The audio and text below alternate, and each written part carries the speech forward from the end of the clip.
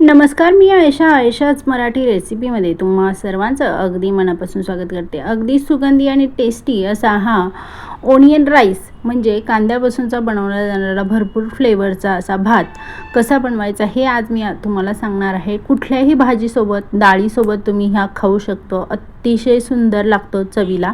तर त्यासाठी मी काय केले, 2 कांदे घेतलेले आहे। 2 कांदे हे मीडियम आकाराचे घेतले आहे। 1 वाटी तांदळासाठी 2 कांदे घेतले आहे। कांद्याचं प्रमाण जरा जास्त घेतले कारण यामध्ये कांदा सोडून दुसरं कुठलेही पदार्थ जास्त प्रमाणात वापरले जाणार नाही, त्यामुळे कांद्याचंच प्रमाण जास्त घेतलेलं आहे। तर 2 मीडियम आकाराचे कांदे मी घेतलेले आहे आणि या पद्धतीने मध्ये एक चीर पाडून बाकीचे कांदे कट करून घेतले आहे। तुम्हाला आवडेल तसा तुम्ही उभा कांदा कट करून घेऊ शकता। कांदा फक्त बारीक असा कट करायचा नाही आहे, उभा किंवा आडवा असा कट करून घ्यायचा आहे।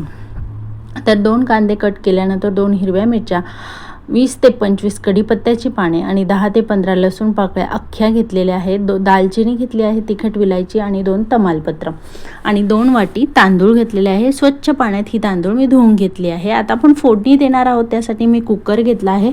तर कुकरमध्ये झटपट असा हा भात तयार होतो, त्यासाठी मी 1 चमचा तेल घातलेला आहे आणि तेल छान गरम झाल्यानंतर यामध्ये 1 चमचा मोहरी घातली आहे। मोहरी ही घातली नंतर ती संपूर्ण फुटू द्यायची, म्हणजे फोडणी छान बसते आणि फोडणी जर छान बसली तर हा छान सुगंधी तांदूळ आपण ह्यामध्ये टाकल्यानंतर त्याचा भात खूप अतिशय चविष्ट लागतो। त्यामुळे कडक आपल्याला फोडणी द्यायची आहे, त्यासाठी पूर्ण मोहरी फुटल्यानंतरच बाकीचे मसाले घालायचे आहे। तर मसाले फार आपल्याला पावडर मसाले यामध्ये वापरायचे नाही आहे। तर 1 दालचिनी मी घातलेली आहे, तिखट विलायची घातली, 1 चमचा जिरे घातलेले आहे आणि 2 दालचिनीचे स्टिक घातले, 2 हिरव्या मिरच्या, 3 तमालपत्र आणि 10 ते 15 लसूण पाकळ्या आणि 20 ते 25 कढीपत्त्याची पाने यामध्ये मी घालून घेणार आहे।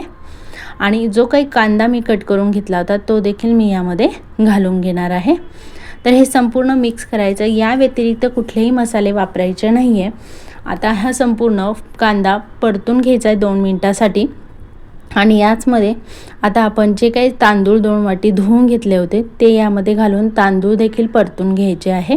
तांदूळ व्यवस्थित परतून घ्यायचे, म्हणजे कांदा आणि तांदूळ ही जी फोडणी आहे कांद्याची ही संपूर्ण तांदळाला लागली पाहिजे। आता 2 मिनटं 2 पाण्यात ही स्वच्छ तांदूळ धुवून घेतले होते। आता यामध्ये कमी प्रमाणात पाणी घालायचं आहे, चवीनुसार मीठ घालायचं आहे आणि 3 ते 4 शिट्ट्या करून घ्यायच्या आहे, म्हणजे हा भात आपला तयार होतो। अतिशय टेस्टी लागतो चवीला।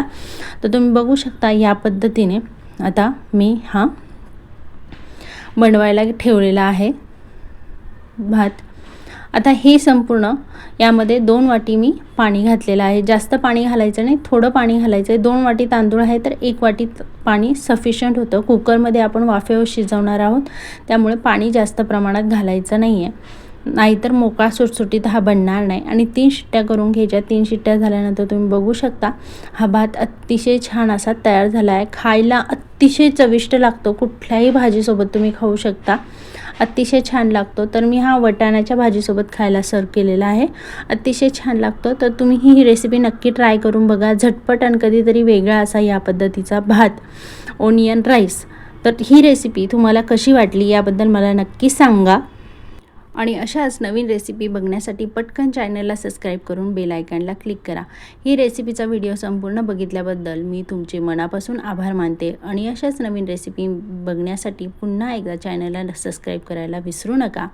पुन्हा भेटूया आपण नवीन रेसिपीसोबत, तोपर्यंत स्वस्त खा आणि मस्त राहा। धन्यवाद।